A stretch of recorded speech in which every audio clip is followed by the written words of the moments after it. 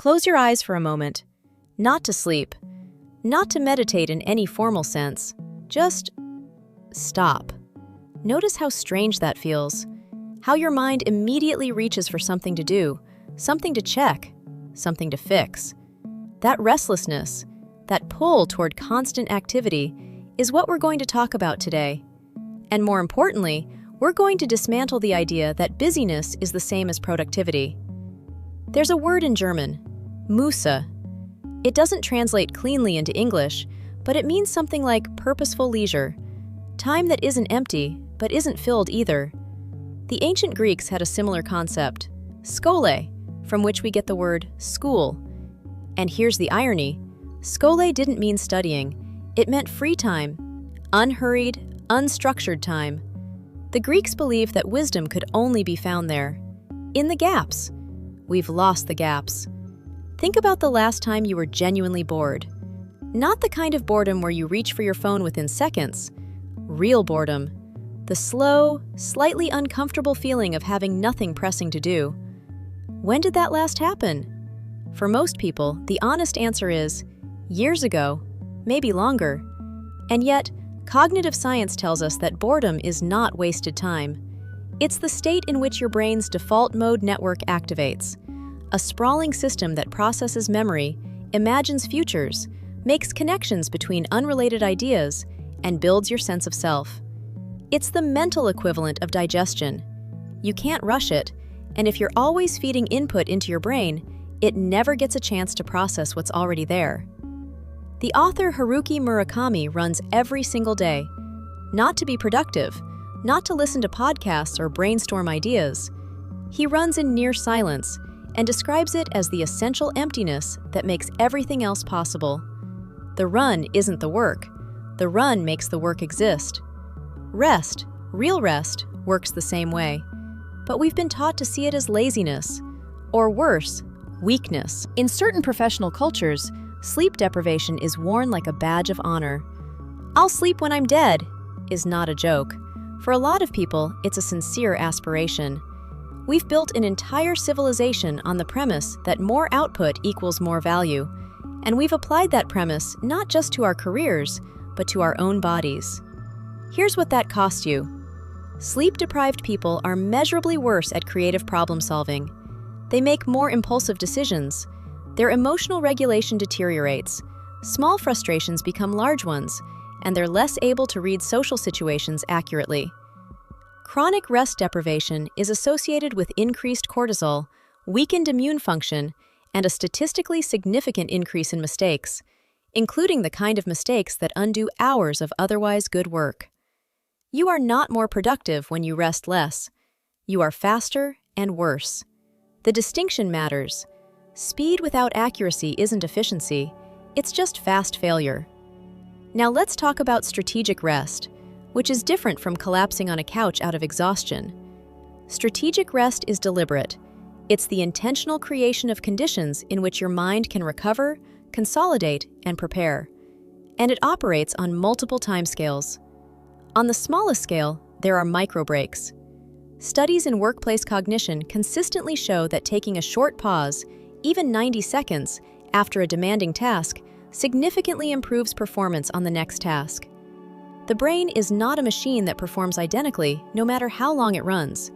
It's an organ with metabolic needs, and focused attention literally depletes certain neurochemical resources. Those resources replenish during rest, not during more work. The mistake most people make is waiting until they're exhausted to take a break. By that point, you've already been working through diminishing returns for an unknown period of time. You've been paying full price for degraded output. A better model is to take breaks before you need them, on a schedule, rather than in reaction to burnout. The Pomodoro technique gets at this. Short sprints of focused work followed by deliberate pause.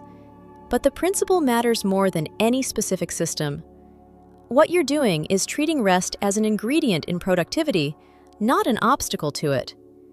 On a slightly larger timescale, there's the question of afternoons. For much of recorded human history, the afternoon was not prime work time.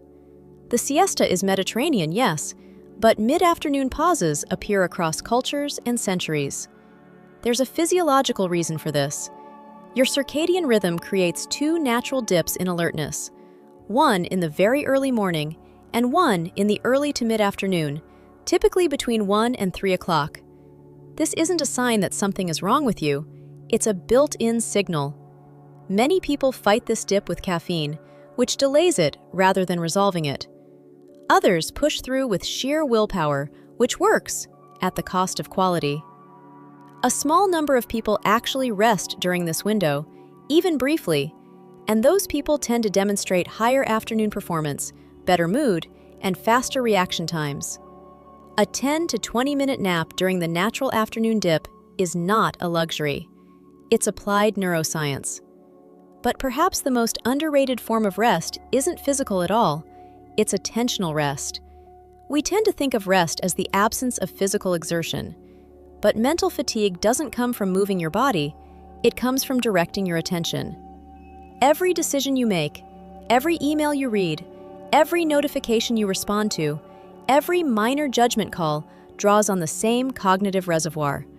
And by the time most people sit down to do deep, meaningful work, that reservoir is already half empty, drained by the administrative overhead of the day. This is sometimes called decision fatigue, and it accumulates faster than most people realize. The classic study involved Israeli judges making parole decisions throughout the day. Early in the morning, after a break, the approval rate was around 65%. By the end of a session, just before the next break, it had dropped close to zero. The same judges, the same evidence, radically different outcomes, not because the cases changed, but because the judge's capacity for effortful, nuanced judgment had depleted. Your brain does the same thing. Protect your attention like it's a scarce resource, because it is one. That means doing your most cognitively demanding work during your peak hours, which for most people is the late morning, and shielding that time from meetings, messages, and minor decisions. It means batching low-stakes choices rather than distributing them throughout the day. It means designing your environment so that willpower and decision-making aren't required for routine behaviors. And it means accepting that not everything deserves your full, fresh, alert attention. Some things can wait, some things can be delegated, some things don't matter at all, and the energy you spend on them is energy you're not spending on the things that do. Let's talk about focus for a moment. Specifically, the myth of multitasking. Human beings cannot multitask. This is not a figure of speech. It is a neurological fact. What we call multitasking is task switching, rapidly alternating between two or more streams of attention. Each switch carries a cost, a small delay as your prefrontal cortex repositions itself on the new task. Those delays are tiny individually, but they add up. And more importantly, each switch breaks the thread of whatever you were building in your previous task. Deep work, the kind that produces genuinely valuable output, requires sustained, uninterrupted attention over a meaningful period of time. It requires you to hold a complex problem in working memory long enough to turn it over, examine it from multiple angles, and arrive somewhere new. That can't happen in 2-minute intervals between notifications.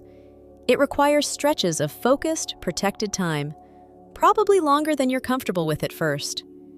Cal Newport, who studies this, argues that the ability to perform deep work is becoming increasingly rare and increasingly valuable at the same time. As more of the professional world fragments into shallow, reactive, interruptible work, the person who can genuinely focus for hours on hard problems has a compounding advantage. The irony is that this advantage doesn't come from working more. It comes from protecting fewer hours of genuinely good work. 4 hours of actual focus will outperform 8 hours of scattered, interrupted, half-present effort. Not sometimes, consistently. So, what does strategic rest actually look like in practice? It starts with knowing yourself. Your peak performance window is not the same as everyone else's. Some people are sharpest in the first 2 hours after waking. Others don't hit their stride until mid-morning or later. Evening people exist, and they're not doing anything wrong. They're working against schedules designed by and for morning people, which is its own problem, but the solution starts with self-knowledge. Track your energy for a week. Not your activity, your energy. Notice when thinking feels fluid and generative, and when it feels sticky and effortful. Then, design your schedule to protect the fluid hours for hard work and use the sticky hours for low-stakes tasks. This sounds simple. It is simple. It is also almost universally ignored because it requires you to be deliberate about something most people treat as fixed: the shape of the workday. The second practice is transition rituals. Your brain is not a computer. You can't close one application and instantly open another at full processing power. Mental states have inertia. If you've been in a reactive, email-driven mode for 2 hours and you suddenly sit down to do creative work, you'll spend the first 15 to 20 minutes of that creative session just arriving. That's time you can compress or eliminate with a deliberate transition. This can be almost anything: a walk around the block, a specific piece of music, a few minutes of journaling, making tea with real attention. The content doesn't matter as much as the consistency. You're training your nervous system to recognize a cue and shift states in response to it. The third practice is what I'd call full rest, periods of genuine disengagement. Not scrolling, not watching content with half your attention while also thinking about work. Not the kind of relaxation that keeps your cortisol elevated because you're still mentally rehearsing tomorrow's presentation. Full rest means your nervous system actually deactivates stress responses. It happens in nature. Exposure to natural environments reliably reduces cortisol, lowers blood pressure, and restores attentional capacity. It happens in quiet. It happens in physical activity that's absorbing enough to crowd out rumination. It happens in conversation with people you genuinely enjoy, without an agenda. And yes, it happens in sleep. Sleep is not time lost. Sleep is when your brain runs maintenance. Glial cells flush metabolic waste, including the proteins associated with cognitive decline. Memory consolidates. The things you learn during the day move from fragile, short-term storage to more durable, long-term structures. Emotional processing happens. Experiences that felt overwhelming often feel manageable after sleep in a way that feels almost mysterious but is entirely physiological. 7 to 9 hours is not excessive for most adults. 6 hours is not a sustainable compromise for people who need to think clearly. It is chronic mild impairment that most people have normalized because they've never experienced the alternative. The final practice is protecting emptiness, deliberately leaving space in your life that isn't assigned to anything. This is perhaps the hardest thing to do because we've built a culture that pathologizes idle time. We fill every available moment. We optimize commutes. We consume content during exercise. We experience genuine anxiety when we have nothing scheduled. But emptiness is where things emerge. Insights. Connections between ideas you didn't know were related. Solutions to problems you'd given up on. The experience of being genuinely rested, which most people have forgotten. You cannot plan these moments. You can only create the conditions for them. You create those conditions by doing less, scheduling less, and resisting the impulse to fill silence.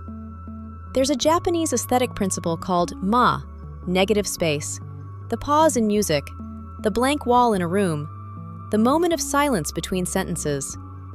Ma is not absence, it's presence of a different kind. Without it, everything collapses into noise. Your life, your attention, your capacity for good work, all of it needs ma. Not as a reward after you've worked hard enough, not as something you earn, but as a structural feature of how you exist. As something you protect because you understand that the quality of everything you do depends on it. The art of doing nothing is not actually about nothing. It's about everything else becoming possible. Start small. Leave 1 hour unscheduled tomorrow. Don't fill it. Notice what happens. That's where it begins.